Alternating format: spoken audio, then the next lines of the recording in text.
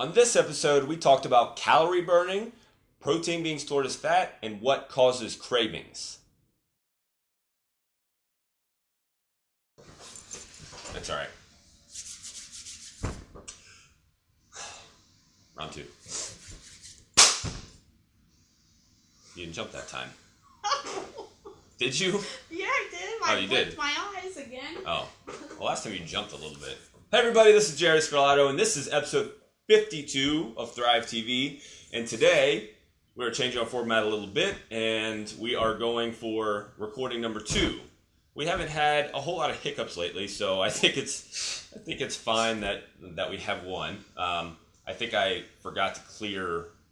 What I did was I forgot to clear that last SD card, so it filled up real quick. There's probably only like 5 minutes left on it, or 3 minutes, or 2 minutes, or whatever it was. I don't know. So anyway, we got started, and I realized 8 minutes into it that nothing was happening. So here we are again, and we're ready to go for 56 minutes.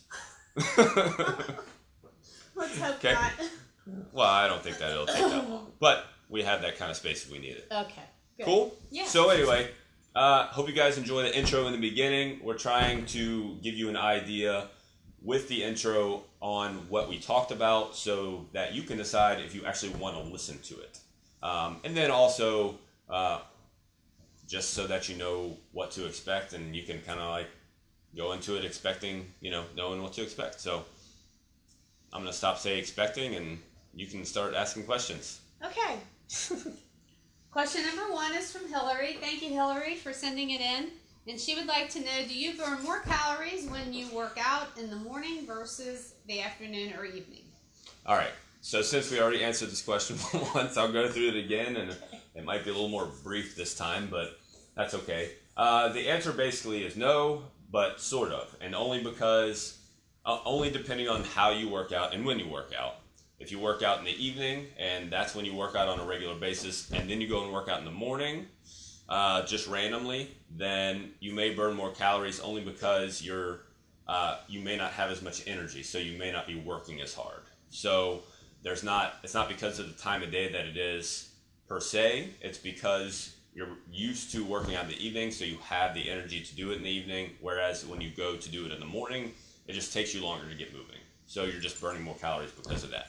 And then we talked a little bit about how it may not be that you're burning more calories. It's that if you work out in the morning, you're going to burn different kind of calories depending on what you eat before your workout than you will in the evening.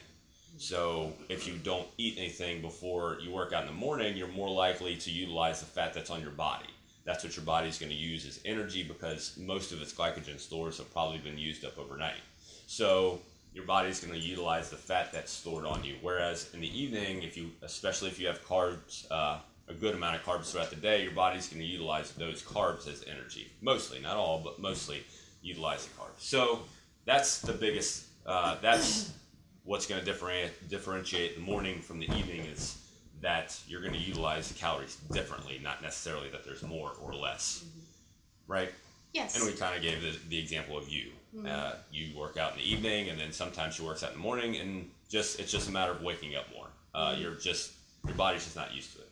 Right. We have clients who work out at 6 o'clock in the morning, and then they come in after work, and they're like, I don't know what to do. I just have nothing. So just depends on what you're used to. Okay. Cool. It's a good question. Again, good answer, it's a good Jerry. question. Yeah. But, good question. Mm-hmm. All right, question number 2 is from Elaine. Thanks, Elaine, for sending it in. She wanted to know, and I was trying to remember this from where she wrote that on the board. Should you consume 30 grams or less of protein at each meal so it doesn't get stored as fat? Okay. So I thought this was interesting because of where it came from. Mm-hmm. So she was watching. I don't know if she was watching something or reading something that was put together from your people. My people? Who? From like a hospital network or something. Oh, okay. It was some sort of like hospital network. Oh, it was for her, what she has to do for her insurance. Yeah, there you go. So she was watching it or reading it, whatever she was doing, and it was telling her that you can only metabolize up to 30 grams Right. or At no one more than sitting. 30 grams at one time, and then any extra is put on as fat. Right. So that's what it was Okay. telling her, and that was Okay. her question: is this Okay. true? Can you only metabolize 30 grams, and then is the rest stored as fat Okay. if you eat more than that? All right. So, what do you say about that? So I'll start with the 30 grams part. To say that, we like to talk in generalities, and that's fine, because I think there has to be some, and there has to be some. If you're talking to a group of 50 people, or you're producing something that's for everyone to watch and learn from, you can give some sort of specifics about what you need to pay attention to, but I think you just have to have generalities. In general, it seems that most people can't metabolize, just from what I've read and what research has shown, most people can't metabolize more than like 25 or 30 grams on average, depending on who you are, how much you work out. That's the problem. Is it depends on how much you work out, how much lean muscle mass you have, and some other factors, just your body type in general, how your metabolism is in general. So it depends on things. That would be an average number. And then over to the other part, which is a little more important, would it be stored as fat? I have not seen one inkling of research or anything that has said protein can be. It can be, but it has to be, I think, so excessive, and in combination with so many other things. Your body will store carbs, your carbohydrates as fat, and your fat much more efficiently than it will store your protein. And I just don't think that that's anything for anybody to worry about. Because I've never seen anything that says, from everything I've seen, like research I've read, it's just hard, like your body just doesn't store protein as fat. Well, I think that you have to, the amino acid pool, they talk about the amino acid pool, which is the broken down protein that we consume. They reference it as in our bodies, because there's such turnover. Protein's so vital for so many different functions and building and all of that, they reference it as a sink, trying to keep a sink filled with water without a plug in it. So it's constantly being turned over in our bodies, and we need to replace that to keep that going regularly. So, what I think about this is, it's very hard to overeat protein, first of all, because protein is very satiating. It fills you up, right? The other good thing about protein is it's got that thermogenic effect, so it's going to make your metabolism run faster the more that you eat. So I think that if you limit your protein down to what they reference out there that we should have, that's a bare minimum just for survival. That's not if you're exercising or a very active person. So I think that you have to, if you're going to limit your protein, what are you filling in your meals with? So if you're limiting protein down to a specified amount, then it only leaves you carbohydrates or vegetables to fill in with. And then how satisfied are you going to be after that? Right. Do you see what I'm saying? Right. How much are they going to fill you up? Right. So you're more apt to store fat from excessive carbohydrates and fat intake than you are from protein. Yeah, I just and I don't know that whatever literature or whatever she was listening to or watching was like making a big deal out of it, but I'm just surprised that would even be I think that stated. That there's so many people afraid that too much protein taxes your kidneys and hurts your liver. Yeah. So if your kidneys are healthy and your liver is fine, I don't think protein's a problem. Okay. People worry about, they read out all the literature that animal protein is too acidic and it makes your blood acidic and sets you up for issues.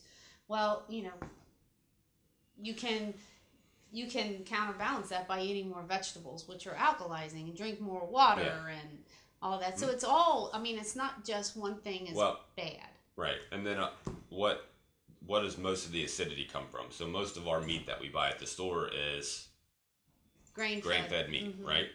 So you are what you eats, right? So if your cow that the meat is coming from ate grass its whole life, then you're going to get a lot of the benefits, most of the benefits from the grass. They're going to metabolize it differently than they metabolize grain. Their body doesn't want grain, so they're sick the whole time they're eating the grain. And that's where a lot of that is based off of. And you talk about kidney problems and things like that. I feel like most of that research and most of the ideas that come from that is based off of this meat that is just not meat. It's conventional. It's raised. Right. It's raised. Those Well, animals are raised just in a bad atmosphere. Antibiotics and hormones and all of that. Why, that's terrible to ingest, and of course that's going to make you because you're healthy. Assimilating it. Your body is breaking all of that down. Right, that's what it's using to utilizing it to replace your cells with. So absolutely. I think there's more to what the general public puts out there, but as far as protein and all that, there's more things to consider. And I don't think they tell you.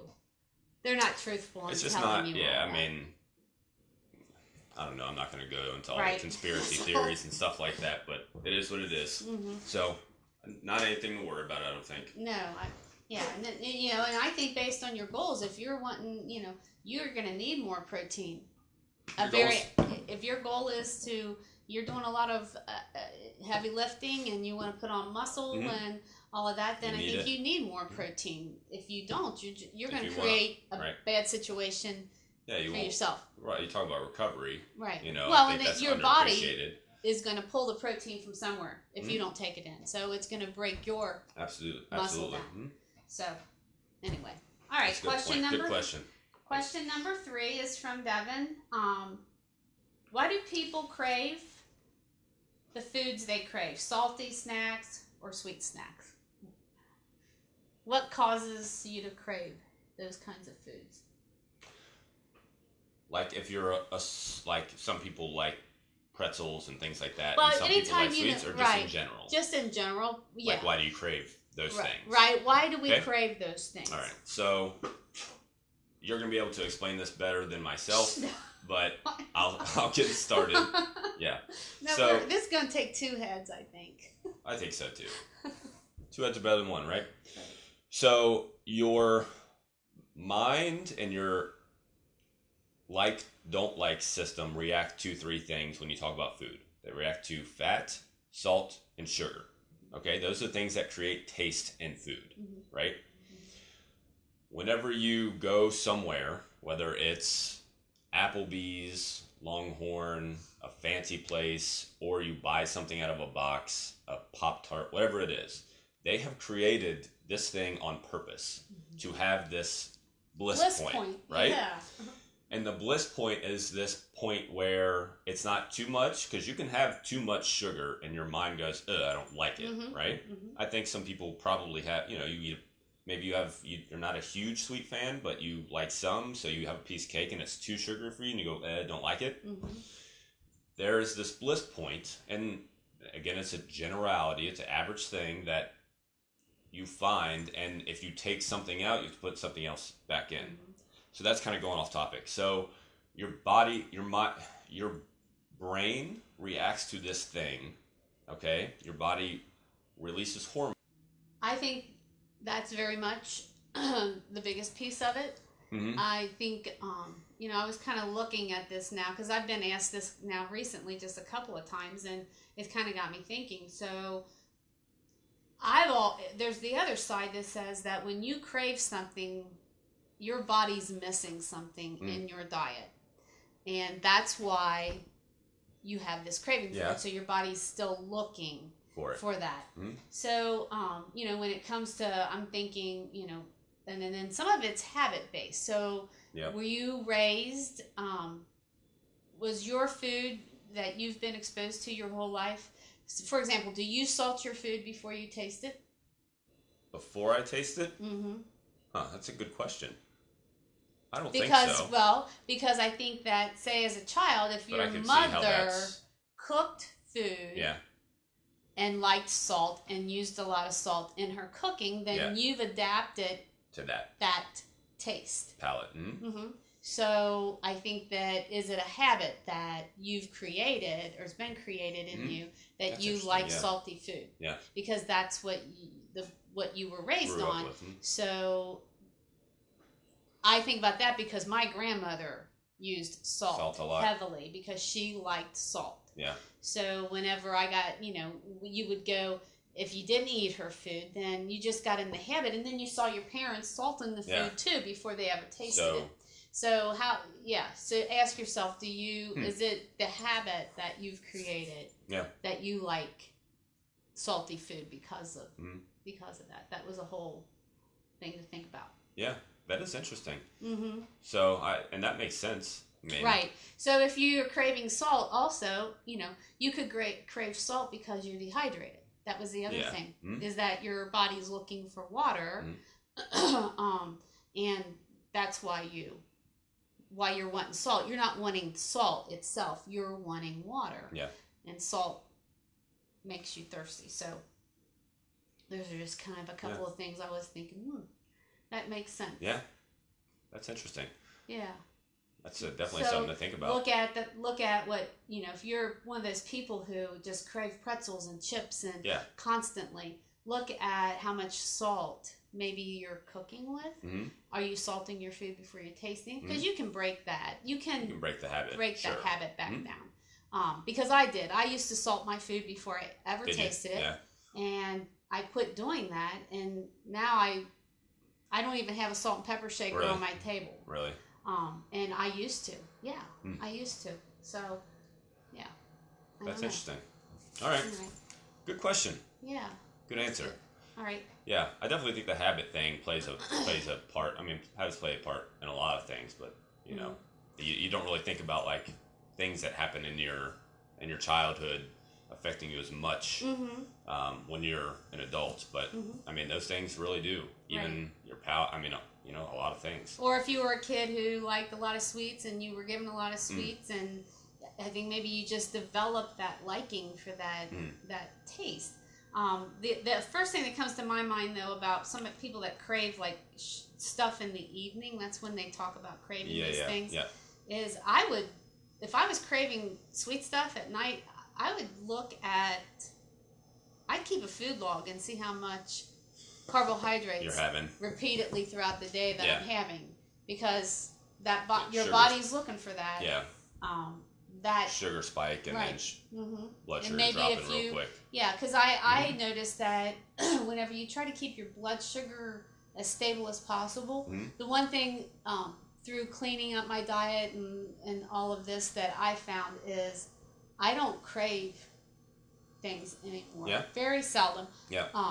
Because my goal is to keep that blood sugar as sustainable as I can. Good. And I think that helps with cravings. Nice. So, yeah. All right, cool. Nice job. Good job. That almost slipped off, hit me in the face. Aww. That would have been on purpose, too. All right. All right. Nice job today. Yeah. Good questions. Devin, thank you for your question. Thank you everyone else that sent questions in. If you guys have questions for us, you're welcome to send them to Trevis on Twitter at Trevis Jansen. Is that your TrevesJanssen? That's her Twitter handle. And also to Thrive Fitness on Twitter at the Thrive Pack. Thank you guys for listening, and I hope that you have a great day. You didn't say it. Did you? I'm going to do it now. Okay. Calm down. No, I know. I was waiting for it. No, that's what I'm going to do now. Okay.